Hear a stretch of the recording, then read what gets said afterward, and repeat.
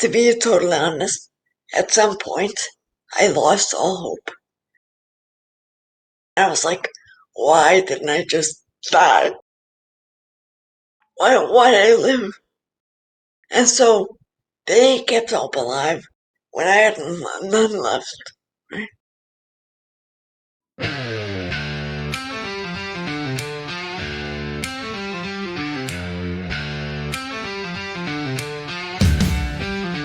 I've walked through fire with shadows on my heels. Scars turned to stories that taught me to feel.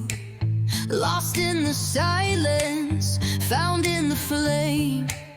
Now wear my battle cry without shame. This isn't the end, it's where I begin. A soul that remembers the fire within. Welcome back to another episode of A Warrior Spirit, brought to you by Praxis 33. I'm your host, Daryl Snow. Let's dive in.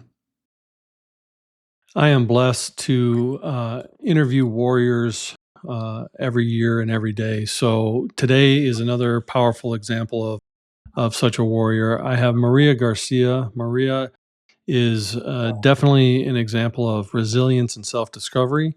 After earning majors in finance and international business, she initially made her mark in corporate, and her path took an unexpected turn when a massive stroke altered her life forever.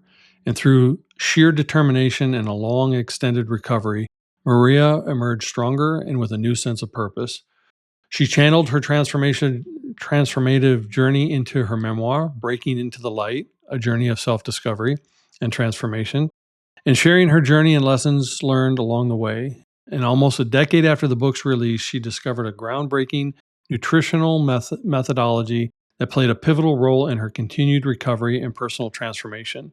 Today, Maria is a passionate coach, committed to helping others navigate their own journeys of recovery and transformation, and she specializes in guiding individuals to reset their relationship with food, unlocking profound shifts in their overall life's experience. And Maria, this is a message that is dear to my heart because my wife has been chronically ill for 11 years now, and food and relationships to food have been one of the things that have actually helped her in her own recovery. So thank you for coming on to share this with me, and I appreciate your time today. You're so welcome, and I loved the intro and the intro song because I feel like, yes, I've really been through the fire. So When I started this show 4 years ago, it didn't have a theme song. It just had me. And then a couple years ago, I got connected with a mutual friend of ours, Elena Rodriguez, on the Prospera TV network. And another host in there created the theme song. She had a 15-minute conversation with me about my show and what it's about, and then created this beautiful song to go with it. So thank you for recognizing it. oh, it definitely landed. Thank you. Now, you started off as a finance major, and you were imagined doing corporate work. Were you a corporate trainer or just in corporate in general? In corporate in general, and I was working towards my um broker license. I'd taken the Series 7. I did really well on that. And I was moving up the corporate ladder, even though I'd only been in the corporate world for half a year. Were you wanting to do mutual funds and stocks, or Yep, I was set to sell securities. I had my 6 and 63 license, so I sold stocks and life insurance and things like that. But I know that the broker aspect of it is way more. So what kind of got you started in wanting to be in corporate America? Where did your background begin? To be honest, it was more of I'm in college, and finance sounds pretty good. Finance will be around forever, so I think I'll do this. Well, it beats having an art major because those liberal arts degrees aren't really valuable later in life. How long were you in corporate America, and how far up that ladder had you climbed before your stroke altered your life forever? Well, not long at all, because when I graduated college at 22, I thought to myself, I'm not really ready to go to work yet in my career, so I think I'll go live in Germany for 2 years. See the world, backpack through the Alps. Basically, but the way I rationalized my desire was to say, well, if I learn German, the euro is based on a German mark, so maybe it'll help me with my finance degree at some point. Did you get to go live in Germany for a little while? Did you go get I to? did. I lived in Germany for 2 years. And then what brought you back to the United States? I'm ashamed to say this, but I will say it. I was in a relationship that I really didn't know how to exit, that I wanted to exit. Was he I uh, left. was he European? He German? He was German. So the easiest way to exit the relationship was to exit the country. And because I figured it's been 2 years, I can now start my career. And so when you came back to the United States, where did you land? I mean, this is a pretty big country. Where were you? I was in New Jersey. Okay. I ended up back home with my parents, and I got a job interview relatively quickly through a friend at a corporate business firm. And so I passed the interview and they hired me. And within 4 months, I was already studying for my broker's exam and moving up that ladder. So you were around 24, 25 at this point? Yeah, Okay. yes. And then did you have any other medical issues prior to the stroke, or was it just really a sudden onset? And none that I was aware of, but I'm saying that I was aware because the body is actually really resilient and it takes a long time to create what seems to us instantaneous, right? So, for example, somebody who has diabetes, well, that's been in the works for 20 years. It didn't just happen, right? And that's the same with a stroke and anything else. So at 25, I mean, it's not, I mean, I'm not an expert, so I'm spitballing, but it doesn't seem like that's common for young people to have as an occurrence. So, um, obviously, at such a young age, it's really devastating because you're just getting started in life and all that. Was the time was the stroke? There's different varieties of strokes, right? There's so was yours one that totally altered your speaking and walking ability, or just your speech? Everything. Everything. I mean, yes, you're correct. It's not that common in younger population.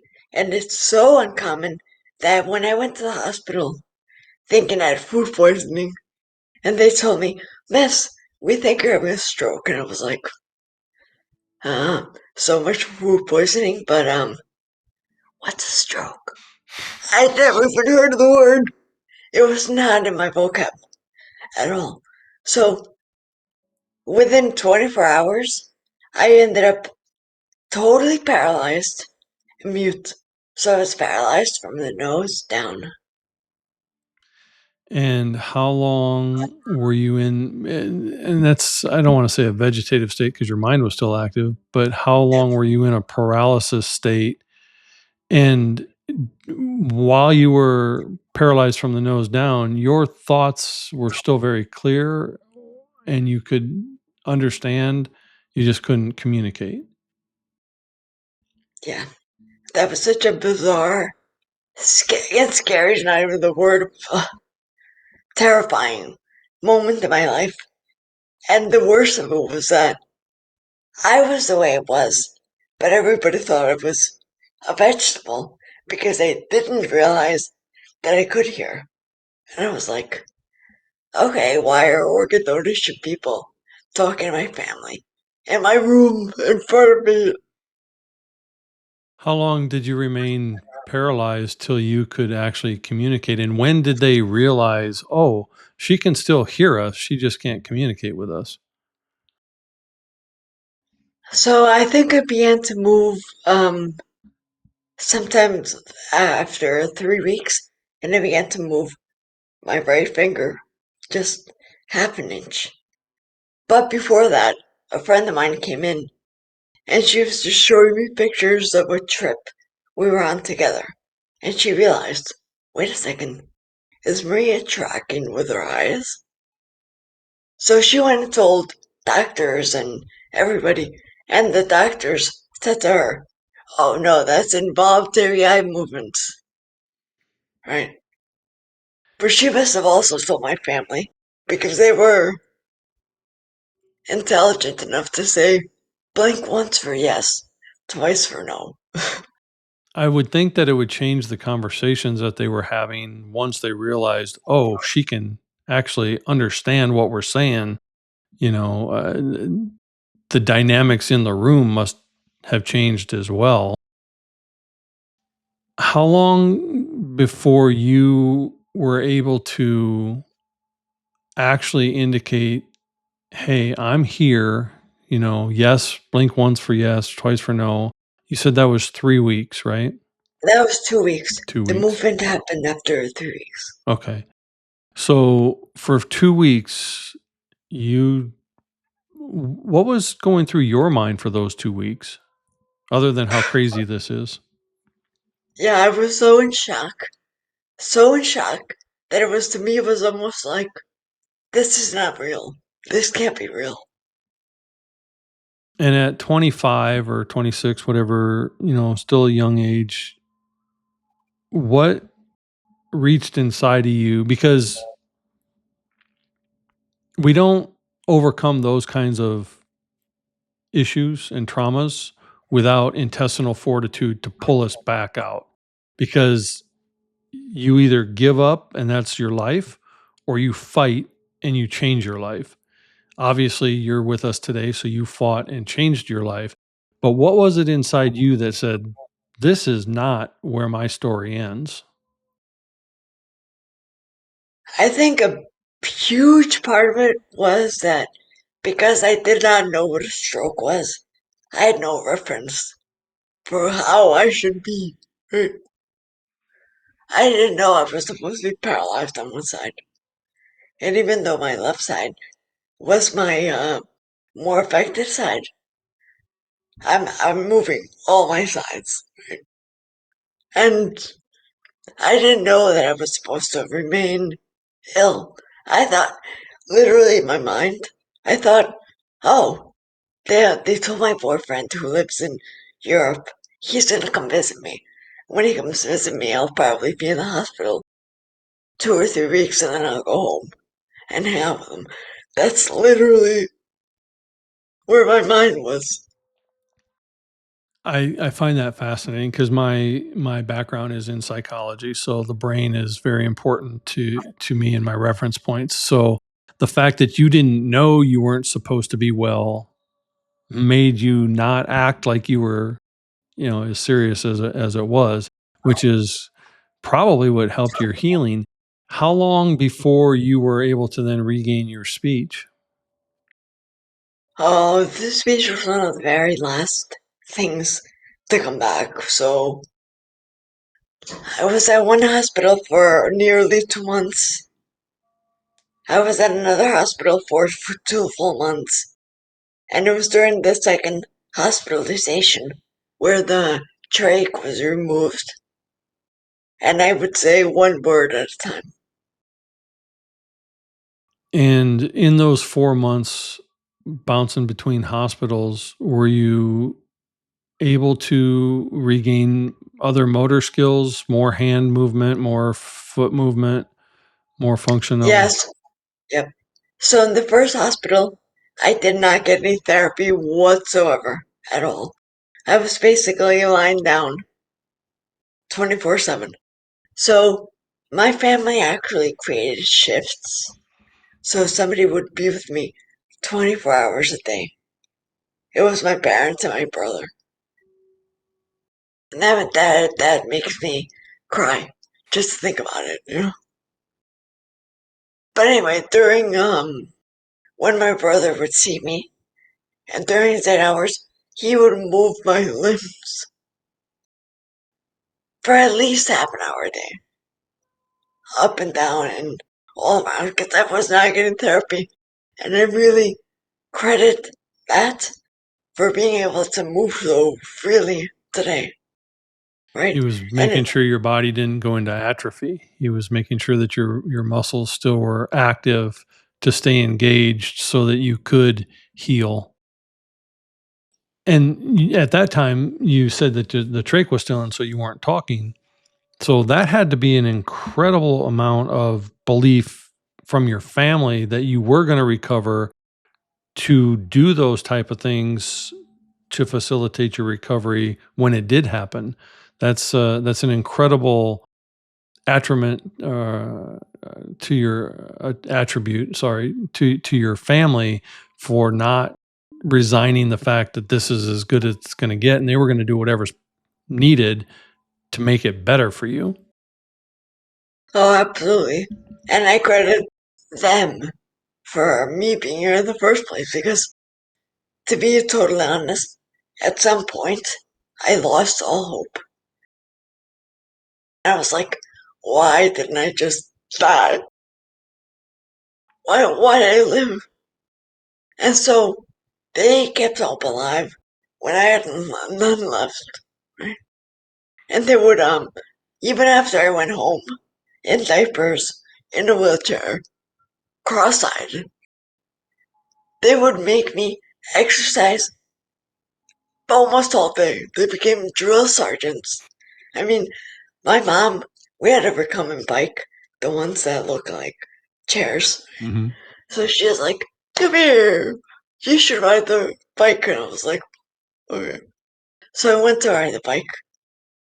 But as soon as I sat and I put my feet on the pedals, they slipped right off. I could not even hold my feet to the pedals. That's what the shape I was in. My mother tied my feet to the pedals. She wanted to make sure that you could do what was necessary. How long did your recovery journey take for you to be able to have your ability to walk and move your limbs and communicate again? How long was that process? Oh my gosh. Well, that was a little bit functional. Well, when I got home in a wheelchair, I realized, oh, my wheelchair doesn't fit through any of my doorways. And so that's when I graduated to using a walker at home out of necessity, right? Do you think if your wheelchair had fit through the house that you would have not tried to even get out as soon as you did? You think you would have just kind of resigned yourself that wheelchair is as good as it gets? I don't know if I would have resigned myself, but it definitely would have been a prolonged process. I was resigned basically at that point. It was my family that was not resigned. Well, I'm grateful that your family gave you the strength when you didn't have it, because it is, when we're in the midst of our issue, whatever that issue is, it is really easy to give up, and it is really easy. And when we have people around us who won't let us give up, we rekindle that desire to fight, and we regain that ability to overcome whatever it is that we're going through.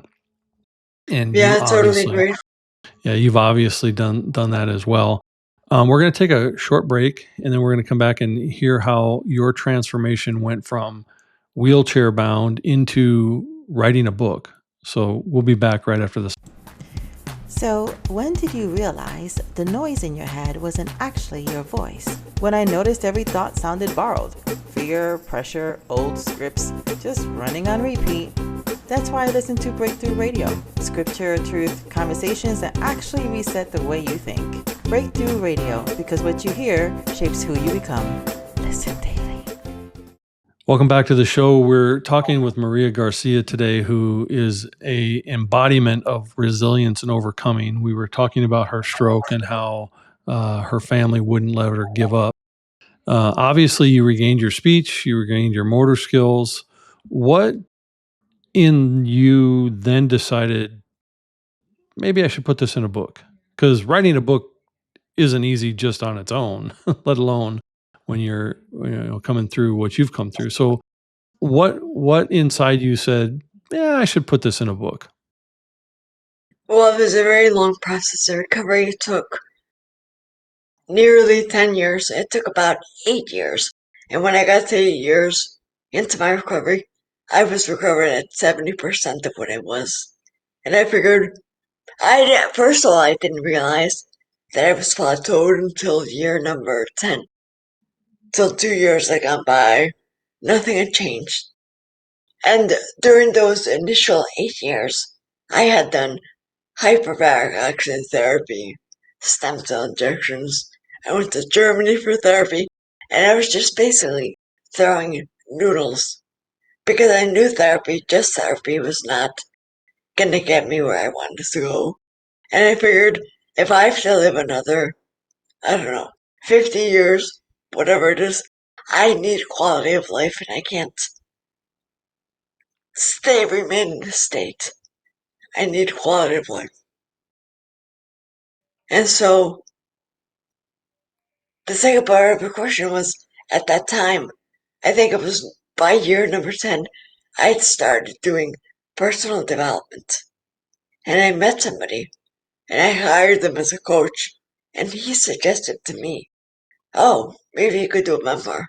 And I was like, uh, A I lot don't of know about that. a lot of coaches recommend writing, journaling, because it does help with the cathartic aspect of it. But you actually did the book, and here's your book, Breaking into the Light. And I love your cover because it shows, the budding flower or coming through the asphalt, which means that if there's a will, there's a way, right? Exactly. And you took the words out of my mouth. To me, it was such a catharsis. I ended up writing the book, but I was writing it more for me as like a journal almost.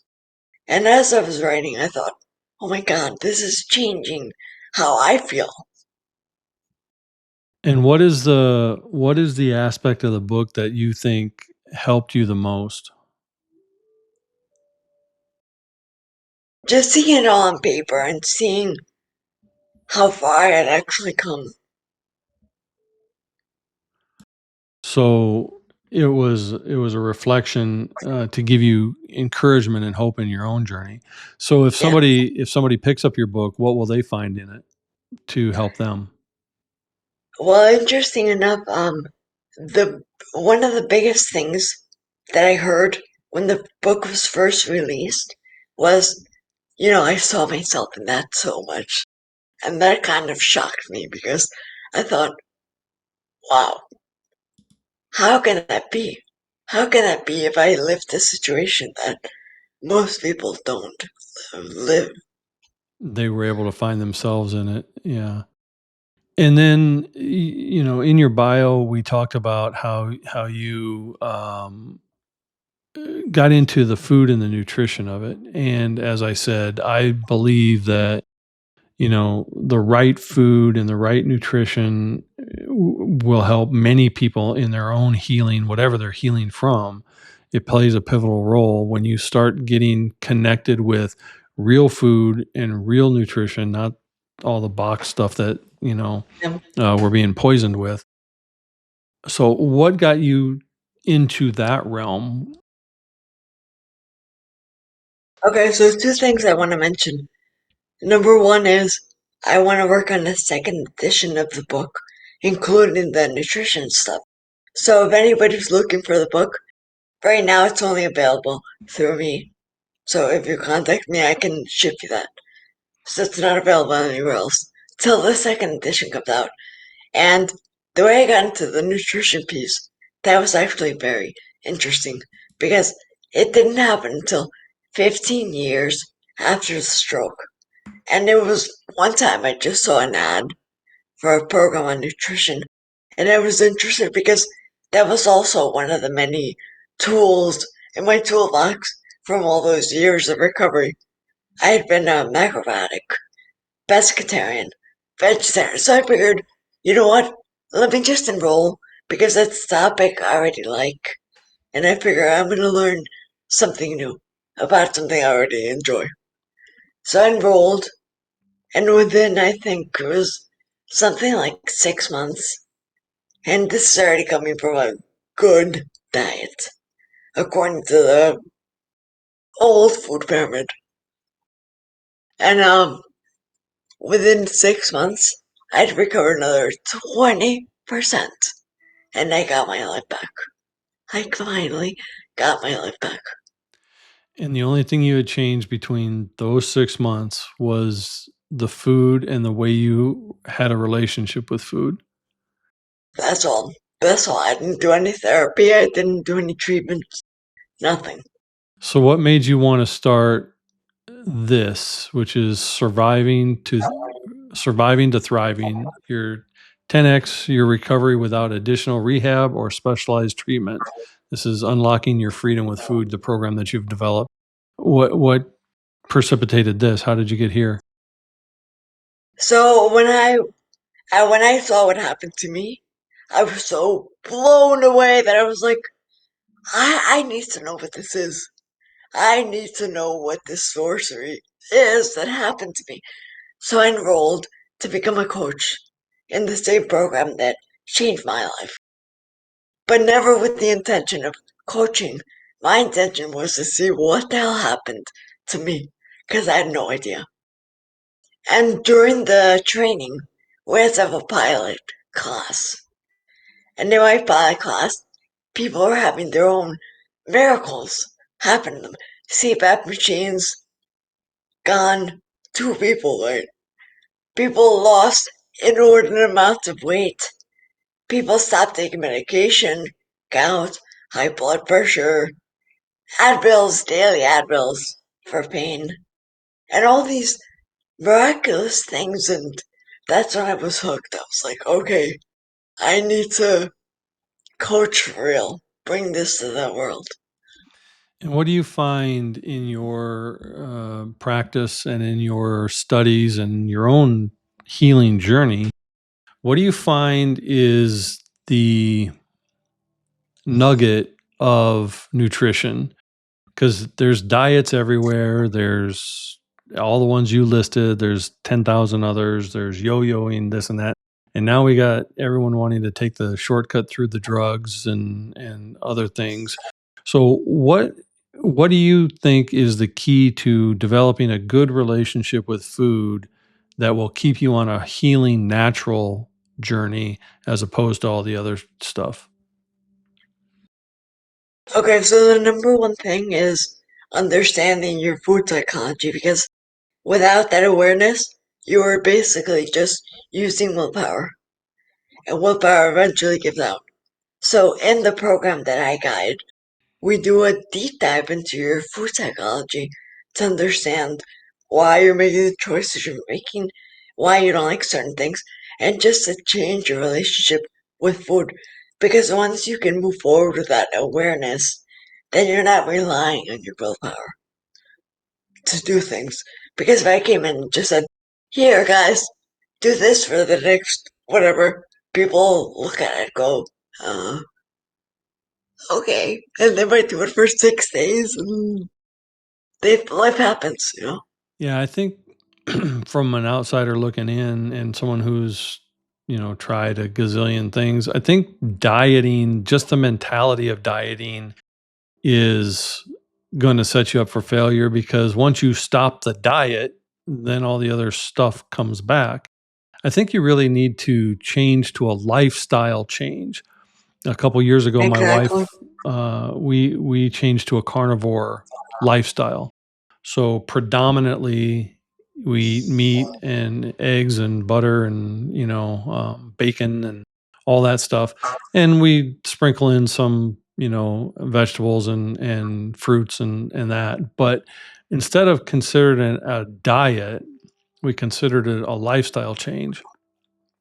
And it's been tremendous in her healing process from her own chronic issues, uh, because, and then you're not burdened by, oh, I got today's a Tuesday, so I can't, do anything.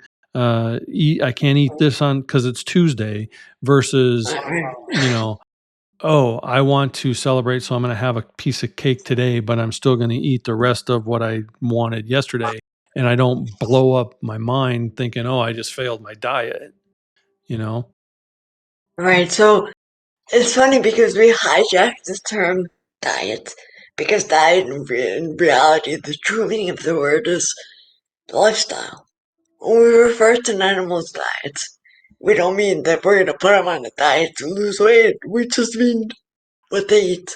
So humans have hijacked the term. And I love what you're saying about a carnivore diet. There are many nuances to that we would address in the program, like seasonality.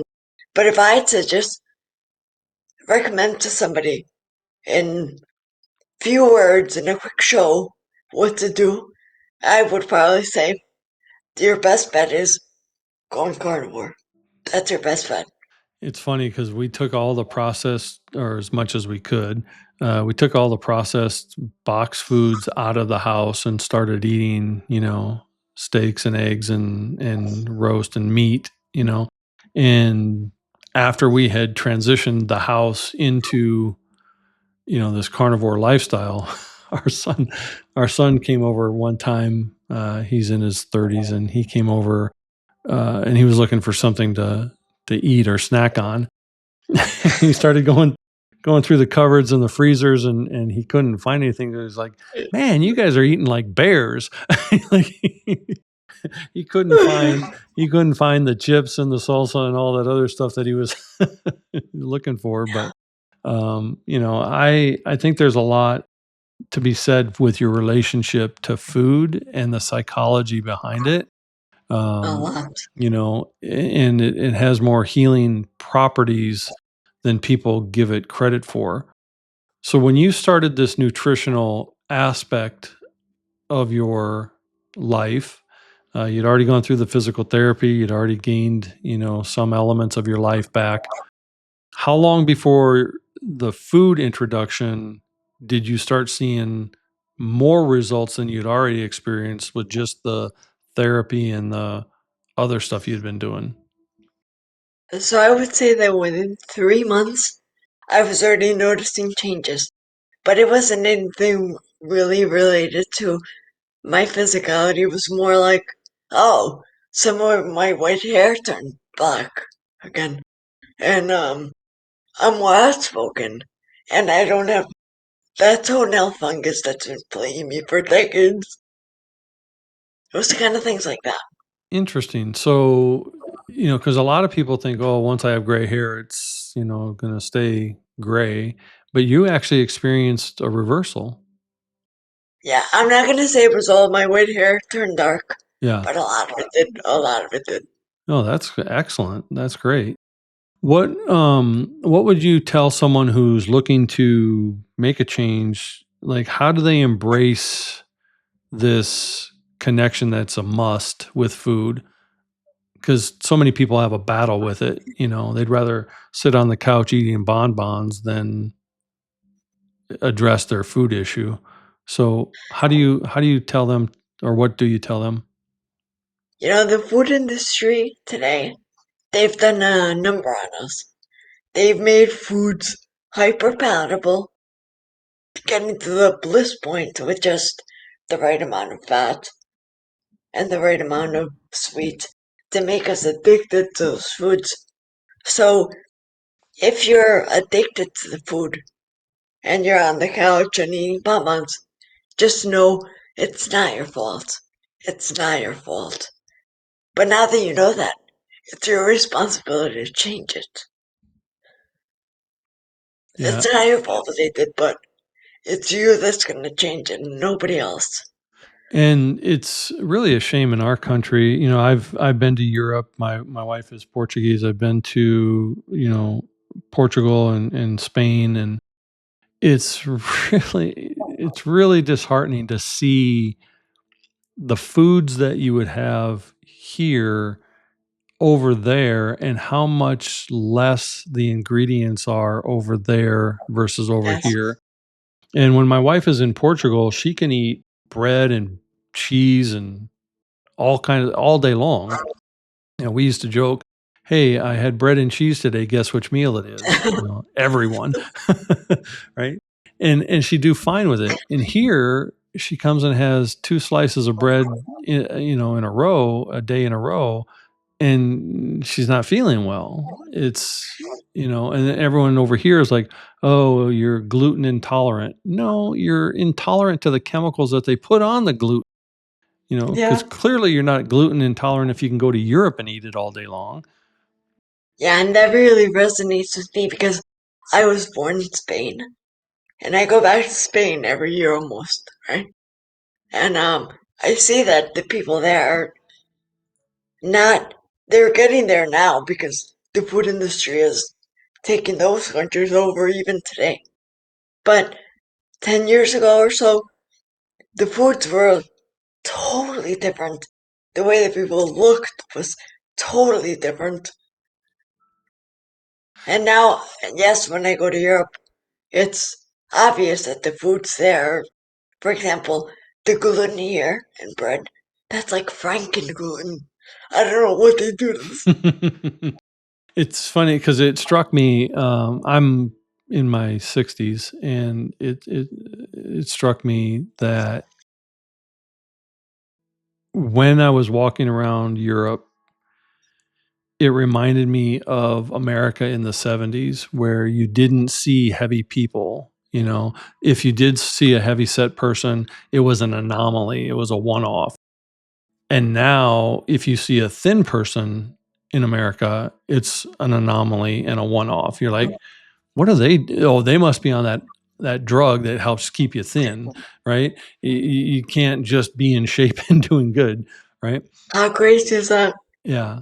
And I think it's like 97% of Americans are metabolically ill and don't even know it.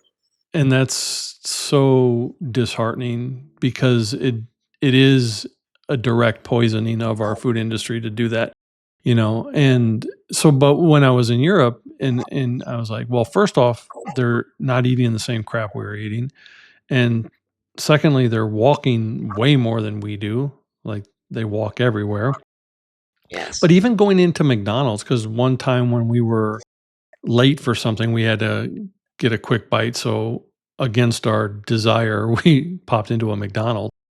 But even the food in McDonald's tasted a million times better than the Yeah. McDonald's here. And it was like, why is something so basic so vastly and noticeably different? And other than greed and governmental complacency, what do you think created all that? That's it. That's basically it. Greed. Greed and lobbyists. What else can I say? I mean, the chemicals that are allowed in Europe are way different than what in the United States. There are like, I think it's over 1,000 chemicals that are allowed in the food, whereas in Europe it's in the tens or something. It's a very huge disparity.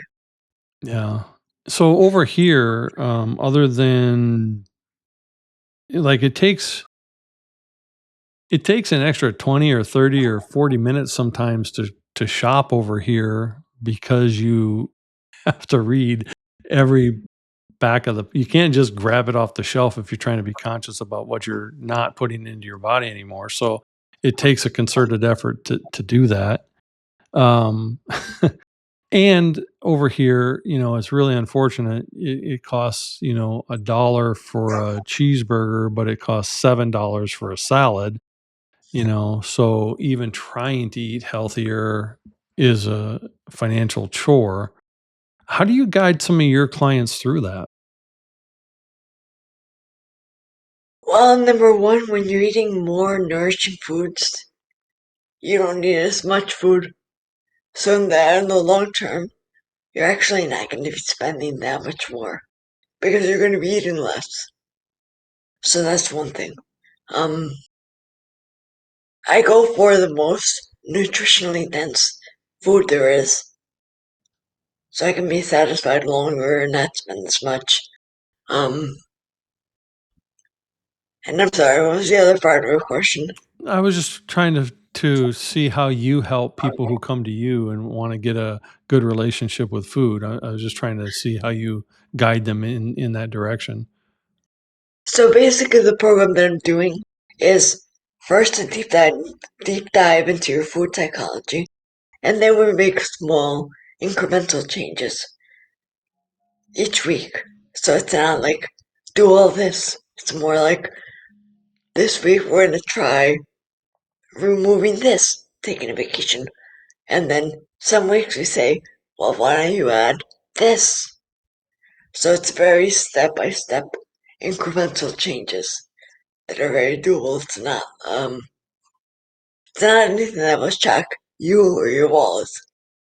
Yeah, I think a lot of people try to make the change so dramatically and so rapidly that then their brain gets overwhelmed with what they're trying to do, and after a while they just it's easier to go back to what they know than to try it because they tried to correct too many.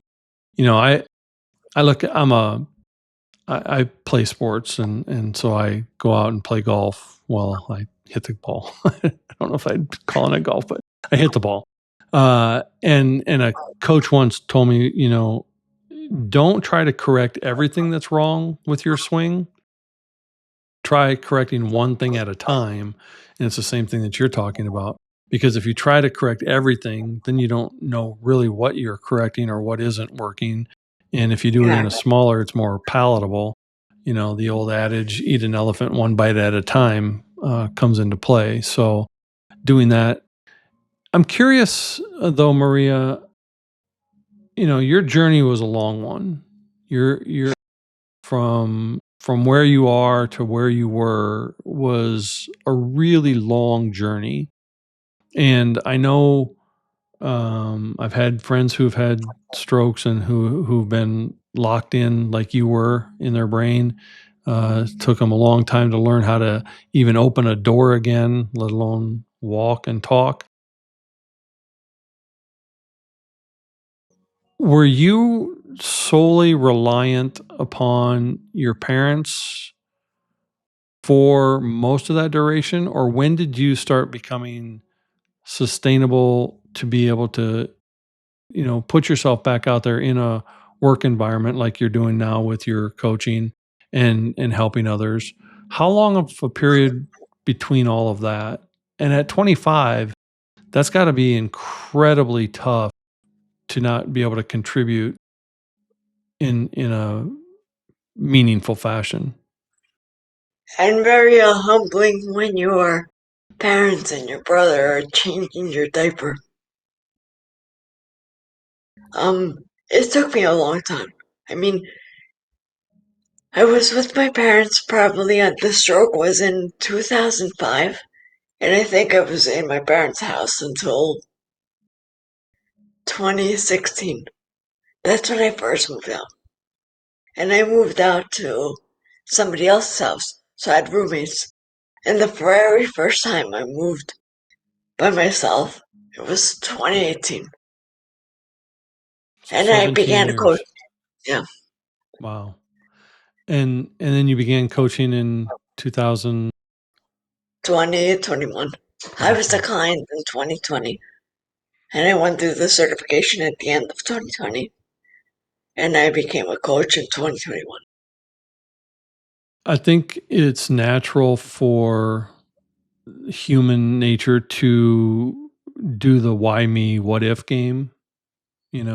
Why did this happen to me? What would my life have been had it not happened to me? How long have you released that part of your journey, or do you still experience it? I don't experience that, But I did play that game for a long time. Probably at least 4 or 5 years or longer. And the first time that I started to see things differently was when I went to a class in the gym. It was for yoga. And I thought, well, it's easily modifiable and they'll let me work at my pace. But I didn't realize that it was going to be such a powerful mental exercise because that's when I finally saw the light and the black cloud lifted. Right, and I was like, ah, And you discovered your own hope again, right? yeah. Yeah. What do you tell people who are struggling with their journey, knowing that you've gone through so much and it took so much for you to get back on the other side of that? How do you help those who are still in the midst of their own darkness? Well, the number one thing is really change your relationship with food. Because if I had known what I know now when I first had the stroke, I wouldn't have had to suffer 15 years. You really And think I that the brought, food, you yeah, really attribute the absolutely. food. Yeah. Wow. So I would have, and I wouldn't have this sexy voice left. the Lauren Bacall sound. um, but you really think the food played a big factor in that? Oh, I know it did. I know it did because how do I heal 20% 15 years after stroke? How does that even happen? How is that even possible? I mean, in my mind, to me, that was such a, I don't know, such a happening, such a miracle, such a sorcery, there's no words. I mean, I can't even describe what went through my mind at the time. And so, who is Maria today versus who Maria was 2 years ago?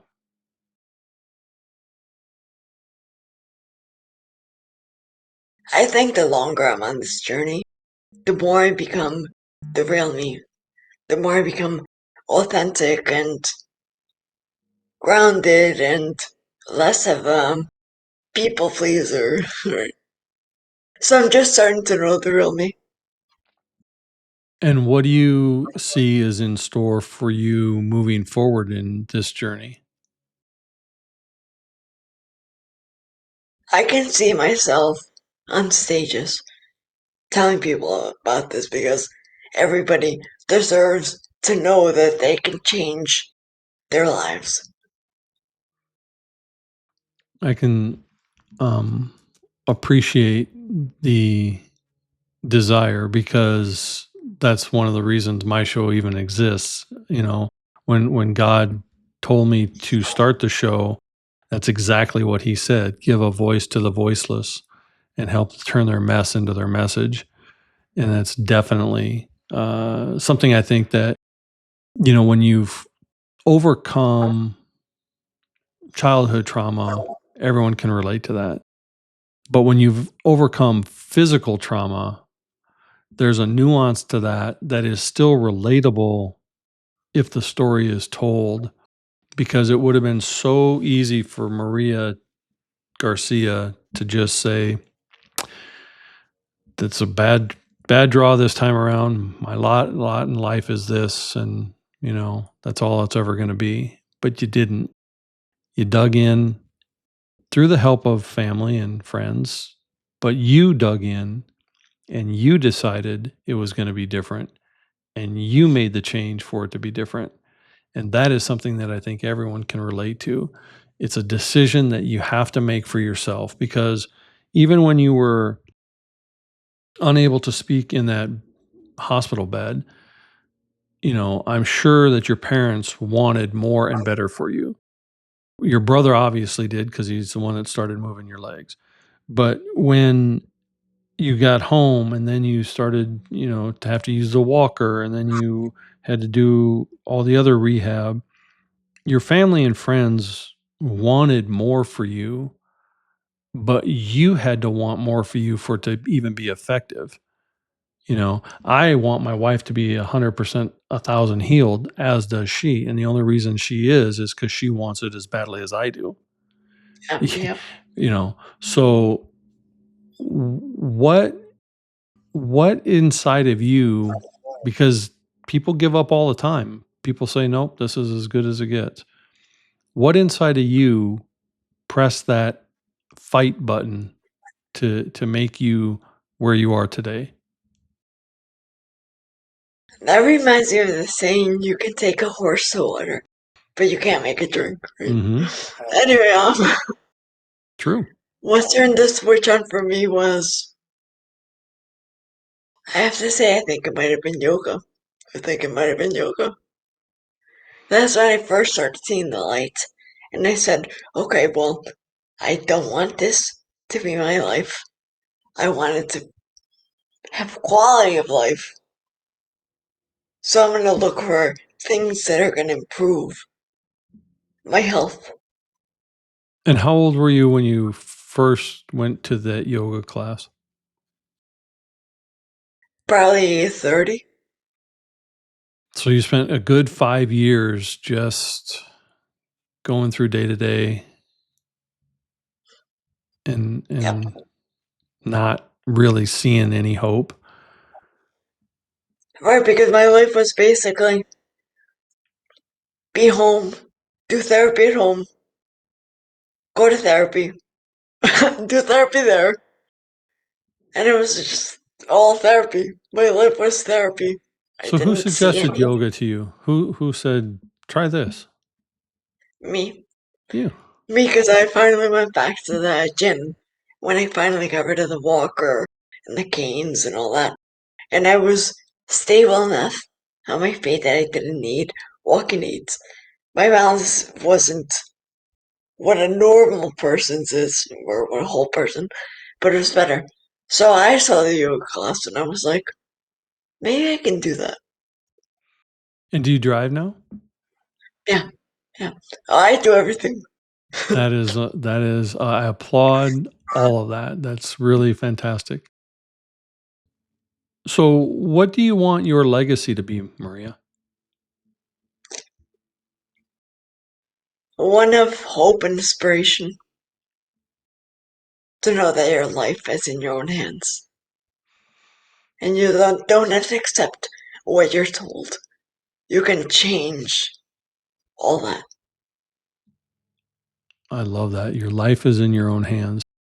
So when you're on stage, and you're on many stages moving forward, because I see you on those stages as well, is that the main message you want people to get from your life? Or what is somebody sitting in the audience listening to you? What are you hoping to impart with them? I think one of the major themes, or what this is all about, is that the way your body functions is determined by the inputs. We think we're brainwashed into thinking a calorie is a calorie. If you have a calorie of Coke, it's the same as a calorie from steak. Not at all. They couldn't be any more different, right? So basically your inputs directly affect the way your body functions. Nothing like we're told in society. I didn't learn all this stuff growing up. I like that. Your a calorie is not a calorie. It is definitely, your body uses it vastly different, and it's stored vastly different. So I can really appreciate that. In your world, as we kind of come to a close here, and I, appreciate your time today. What does a warrior spirit, or having a warrior spirit, mean to Maria Garcia?